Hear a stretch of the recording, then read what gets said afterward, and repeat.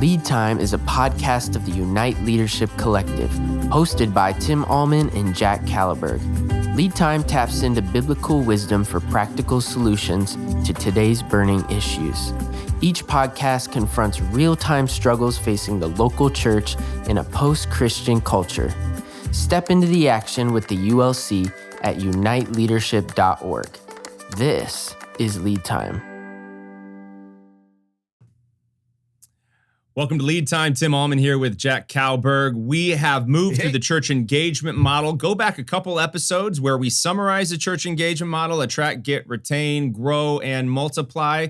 Last week, we talked about attract. You want to make sure that your website, your SEO, your search engine optimization, as well as attractive content, hopefully shorter content for folks to know you, experience felt needs getting met, obviously the main felt need being pointed to Jesus. And now we get to someone saying, hey, you got me. I want to try it out. The main motivation in get, after attract, get, is I want to try it out. So what are some of the best get strategies, Jack? Yeah, so the first thing is there's a little bit of confusion there, making the distinction about what attract and get actually looks like. If you were to summarize attract, it's like branding and marketing, right? Get is to be successful at get. What it really looks like is a ministry that has intentionally curated and cultivated first-time interactions, recordable interactions with people. So if you get to interact with somebody for the first time and you get their info so you can follow up with them later, that's what we would call a successful get. So I just got to pause right there, Jack, as you're getting ready. This assumes that you have a database, and a system. Yes. I'm going to call some people out right now. Good point. If your system is still in a computer and not in a cloud, meaning you're using many LCMS, Lutheran Church Missouri Synod, are using Shepherd staff. You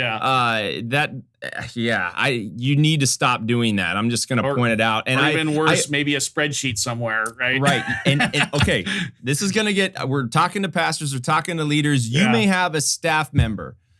We're going to call her Cheryl, okay? Yep. Cheryl's been on your team Cheryl's been around since the church started, I think, like 40-some years. Yes. But Cheryl, she came in, she originally had a typewriter, right? Right. And now she has evolved. Some skills on the computer.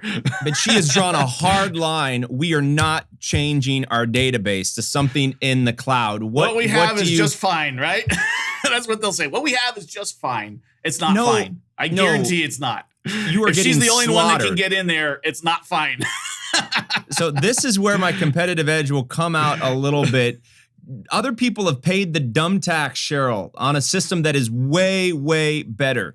And Pastor, it may necessitate you saying, Cheryl, we are going to do this, and you will either do this job, or if you can relocate Cheryl, she's been around forever, invite her to do something else. But she or someone has to learn a new system. And there are so many good systems out there. We are Church Community Builder fans, CCB, especially their interface has become even more user-friendly recently in their partnership with PushPay. Fellowship One is another cloud-based connection database system out there. Planning Center. Yep. Is moving. So one of those three. But these are all cloud-based. This is a key thing. Yeah, that's right. And they've gone out of their way to make the information accessible to not just somebody in the office, but anybody on their phone from anywhere in the world can access the church database and a lot of the tools that help make church work more efficient, right? All right. Now that we got that out of the way, Cheryl has bought on. Cheryl is all in. Let's go CCB or whatever. Talk to us about those get strategies. Yeah. So again, the theme is moving from attract to get, moving from I want to learn more to I want to try it out. So if you think in the mindset of I want to try it out, first of all, the theme of felt needs is still there. You thought it was just an attract. No, it's definitely and probably is even more amplified in the phase of get. What are the felt needs of the community? What experience, what interaction can you provide for somebody assuming we've solved a tract already, right? So they want it. They want to know more about you. They're curious about you. They want to, now you want to say, I want to invite them into something where they want to try it out. You're definitely meeting them in a felt need. Now, one felt need might be, I want to experience the worship service. Mm-hmm. Like, I've been watching them online. I'd love to check it out in person. I want to try it out, right? So what does that look like? You better, as we said before, you better have a great website to help invite them in so they know what to expect. They know where to go, how to dress, what time, where to drop off the kids. All the important questions are being answered so they don't feel foolish and too uncomfortable when they show up. But that is curating a first-time interaction with people. Here's a question I want to throw out there. If somebody in your church, a guest in your church, were to tell you in advance that they are coming for the first time on Sunday, what would you do different? So they're telling you in advance. Somebody on your team knows the Smith family is coming for the first time to worship on Sunday. What would you do different because you know in advance that they're going to come here for the first time? So one, I would meet them. I would meet them in the parking lot or as close to however the main entrance is. I would invite them, if they have kids, I would walk them to get their kids checked into whatever the respective ministry is. I would obviously answer all of their questions. I would try to be a friend to them and sit close to them and then invite them into relationship to introduce them, warm handoff to other people and leaders within the community. And yeah, I'd go above and beyond. When you say, how would you even know that, we'll say the Green family is coming? Right there on our website. I'm new. I was looking at our website just to make sure here recently. Let us know you're coming. Let us know. So I'm new. We got one of our main tabs because our website is super clean. I'm new. You click on that. You scroll down and it says plan your visit. East Mesa campus, Gilbert campus. You click on that. Super, super easy. That does take you to a form. Hi there. Can I get your name? First name, last name. And then this is all automated. That then moves them, our team, to know the Green family is coming for a visit. Yeah, I would do a lot of things very, very different because that person, when we talk Get, Jack, right? This is all, they've given us their information.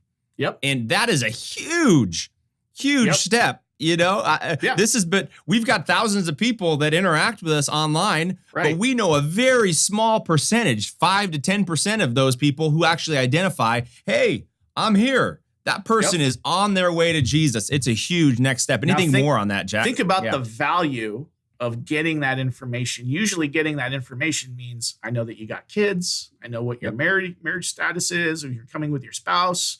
I may know something about your own age and your own demographics, whatever you're able to share. Now, I have a potential in the future to have very specific invitations that I can give to you because I know something about you and your family, right? Mm-hmm. I know that you're interested in worship because that's the first event that you came to, right? That's right. I may even know what was the type of worship, what was going on with the worship service when you came for the first time. So there's a lot of important data that helps us think about what this continued conversation, this continued engagement looks like for this person in the future.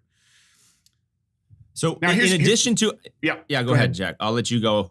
I was going to say, now you also have to think about another case study, which is I'm going to show up and I'm going to tell nobody, right? Because not everybody, some people, when they want to try it out, they want to try it out and kind of be under the radar on purpose, right? Mm-hmm. I'm not ready for a commitment yet. I'm not ready to date, right? I want to observe from afar. So they come to the worship service. Maybe they intentionally sit way in the back. They just want to see, right? I want to know, are you guys weird, right? Mm-hmm. I don't know what to expect. So I just want to give myself some safety to keep my distance. So here's the key thing is that there are actually strategies to get information from these people as well. Let's get super specific about it. Yeah. So the first super specific. Yep. The first is they probably, not all of them, right? But a lot of families are coming with their children. They've got to drop their children off in the nursery or Sunday school. it is very, very, very important that your church runs a check-in system for all of those. It's important from a safety perspective first, primarily, but it's also secondarily important from a data gathering perspective. There's a lot of people where the fact that they check their children in is the way that you're actually creating a first-time recordable interaction with them. So they join you for worship. They didn't intend to let you know, but they got to check their children in. So they've got to give things like, here's the age of my kid, and here's, the father and mother and all that kind of stuff. So they're giving information about themselves. Once we get that information, Jack, we're not just always inviting them into worship. Help us take the next step. So we're creating a certain subset within our community, people in a certain database. Mm-hmm. We're going to promote date families night. With children. Families with children. We're going to promote date night. We're going to promote the upcoming marriage retreat. We're going to promote all sorts of different stuff. And we want to curate the right type of content to bless that family. And that'll come in more data when segments. That'll come in more when we talk about retention strategy, right? What is the right next step? But if you don't have the data initially, that becomes very difficult. And you'll learn more when we start to talk about retention, that where you want to lean into very focused, curated, intentional, specific invitations instead of shotgun invitations that go out to everybody, because everybody is not the same. Everybody's felt needs are not the same. So even in the context of the Green family, there's different felt needs that you have to be able to curate and segment towards. So getting that data up front is very important. Now, let me give you another example, Tim. We're going to get into one of the big events that we get to do every year. A lot of churches do this, Harvest Fest, or some version of that, a fall festival. Big event in our context. Might get a couple thousand people. Big, right? And it's viral. So it's hitting a felt need already. We already know that it's hitting a felt need. People want to know more about it. They want to try it out. So they come. It's a big blast of a party. Here's the issue. People come in, you don't get their data, right? Because it's open to the public, and you're not putting people through the a laborious registration form or whatever. You just want to get them in. Right. The key thing that you need to know is, just because you had an interaction with them, this is not get. You didn't get their data, so you don't have the ability to follow up with them, right? It's attract, right? Because you gave them an experience, and that experience may cause them to want to know more about your ministry. It certainly has done that for us. Like, oh, wow, guys just did this for the community. I want to get to know you. So then what you need to think about is, in these kinds of contexts, you're being intentional. Is there ways that you can still try to get information from people? And if it's not feasible to have like a registration form, then there's got to be other ways that you can incentivize getting that data. We've done raffles and door prizes and surveys and stuff like that to try and get information for new people. So usually it's like, hey, fill out this little survey for us and drop it in there, and you're in a raffle to win an iPod, or, not iPods now, like an Apple Watch, right? Something valuable, or an Amazon gift card. So you can incentivize doing that without having to be, too authoritarian about getting that info. Does that make sense? So KidMin getting info in KidMin, major events. Then last, we talk about felt needs, CARES ministry. We do see Christ Greenfield CARES ministry, and that's a great way to get information as you start that relationship with folks. Yeah, and actually, so felt needs of the community. Some of the big felt needs for us is anything having to do with relationships, marriage, enrichment, date night, parenting. These are all great felt needs. Dave Ramsey FPU program, how to get handle of your finances, felt need. Divorce care might be something. Grief share has been a big thing in light of COVID and all the disruption that's gone on. These are important ministries to meet the felt needs of the community, and we talked at length about felt needs in the intro to engagement. What the people who run these ministries need to know is that they are a piece of the puzzle of the engagement model. And so while they're also legitimately meeting the felt need of people in the community, they are also, in their leadership role, serving as an on-ramp for ministry. So what that means is the leader of that program, they've got an opportunity. Usually it's like a class format or a workshop format where they're spending, 4 to 8 weeks in relationship with these people in a small group, usually, maybe no more than 20 people. So you get a chance to know these people. And as you get a chance to know these people, you start to get to know certain things like, hey, do they have a church home, right? Do they have kids? Are there other things that we can record about that person that allows us to follow up with them? And as we get into retain, can you use the relationship equity that you're building with them to have legitimacy to say, I think this would be a great next step for you. So you have to think about the felt needs ministry as a get, and later on you'll hear more about retain and all that kind of stuff.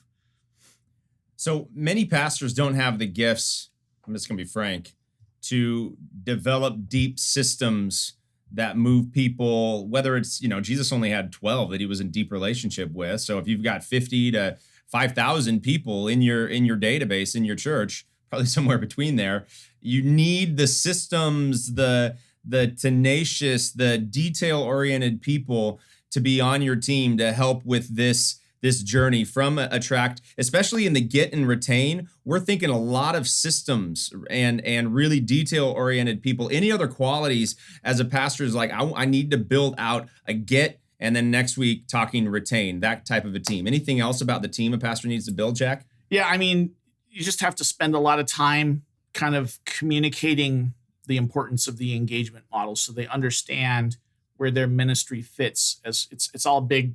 You have to think of it as a jigsaw puzzle, right? All of these pieces fit together for the holistic model of moving people from consumer to contributor.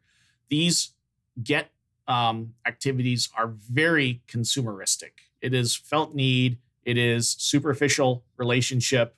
It is very much, I'm giving them value. And so think about this as you're mentoring people in this type of ministry, that they understand it's not just about giving them value. It's about giving them value and relationship. So relationship so that I can sustain an ongoing conversation with those people. And that's what differentiates a successful, I would call it felt needs ministry versus one that's just operating in a silo and doing its own thing. It's the integrated ministry versus the separated ministry, just doing it, that exists just for its own self to exist. That's so good. So if you want to go deeper into this, we referenced last time a book called Communicating for Change, I think, and then Rethink Communication, Jack, by Phil Bodle. Mm-hmm. Look Phil up Bodle. Rethink Communication by Rethink Communication by Phil Bodle. Goes very, very deep, especially into the get paradigm and the attract. Some of the best practices there. Any final word of encouragement for churches looking to build up get, Jack? Yeah, we talked at length a little bit about some of the online marketing strategies in the last episode. Certainly advertising for your big events is a big deal. And when you get into advertising, if you don't have the expertise in-house, then go ahead and outsource it. But you're probably going to find the biggest bang for the buck doing things like Facebook advertisements. That's where people have probably the most success advertising events. More so than like just but you do want to have like a good landing page that those ads take people to. So if I know what I expect at Harvest Fest or at worship, as we said before. And then the final thing is there was one other piece of data that people need to be collecting as part of Get, and that is new givers. So a person may never fill out your Connect card. They may sit in the back, and as the Spirit leads them, they may be generous to your ministry by writing a check. Well, guess what's on the check? This is their address and their name. And so now you have got a chance to get them, hopefully they may not have their email address on it. So it might be hard to reach out to them electronically, but that is an important form of Get. That also emphasizes the importance of electronic giving, because if people give electronically, then usually they're also providing a way to contact them electronically for further follow-up. Absolutely. So we outsource an awful lot, and talk about who we use or some best companies for outsourcing, specifically around attracting Get. Yeah, so we have had a lot of success partnering with an organization called Missional Marketing. I recommend them. They've been great for us to get started in a season where we did not necessarily have the expertise to do some of that stuff in-house. We are trying to have more internal expertise to do that as well, but they're fantastic. They understand the concept of felt needs.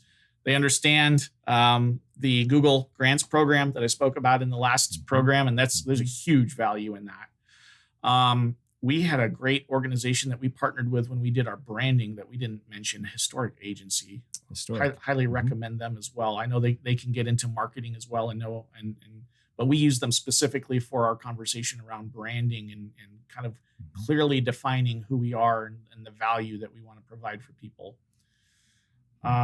What are some other resources? We probably have, just to give some context. So Christ Greenfield, medium large church, we probably, Jack, have about, I'm thinking 7 to 8. We're not going to go through them all, but 7 to 8 organizations that are in some way, shape, or form helping us advance the cause of Christ, outsourcing certain jobs of the church. So yeah, you do not have to create all of this in-house. There are people who have gone before, agencies that a lot of them too, you're like, we're a small church, we got a small, they'll work with large and small. A lot of their, the pay scale, right, Jack, it adjusts for medium and small churches, right? Yeah, and actually this is interesting. We're pressing into this space as well. The ULC is an example where if you don't have an expertise at leadership development, you partner with the ULC, and we can provide a lot of fantastic curated content and curriculum to help you get your church started with leadership development. We are now leaning into a new brand, Red Braille, with Todd, where he's got a vision for allowing churches, if they don't know how to do content, develop their own content in-house. You can use Red Braille as a consultancy or contracting organization that understands the need of the church, and that they can help provide that content for you. So go ahead and check them out as you hear about Red Braille. Yeah, thanks so much for joining us today on Lead Time. We will be going into retain, so attract, get, retain next week, and sharing is caring. Please, if you know of someone who would love to be a part of our accelerator, a day consult, or wants to know more about kind of our leadership development pathway, even all the way up to the point of shepherds and evangelists, executive directors in partnership with Luther House of Studies, please reach out to us at uniteleadership.org. This is a great day. We are firmly committed to the mission of the Lutheran Church Missouri Synod, especially our theology, and we are pushing up right to the edge to say there may be some new ways that we can do things today in 2022 and beyond to multiply disciples to advance the cause of Christ. We'll see you next week on Lead Time. Peace. God bless. You've been listening to Lead Time, a podcast of the Unite Leadership Collective. The ULC consults and brings together cohorts of congregations to build the culture, systems, and structures of intentional discipleship multiplication. To go deeper with us, create a free login on uniteleadership.org for access to exclusive materials and resources. Thanks for listening, and stay tuned for next week's episode.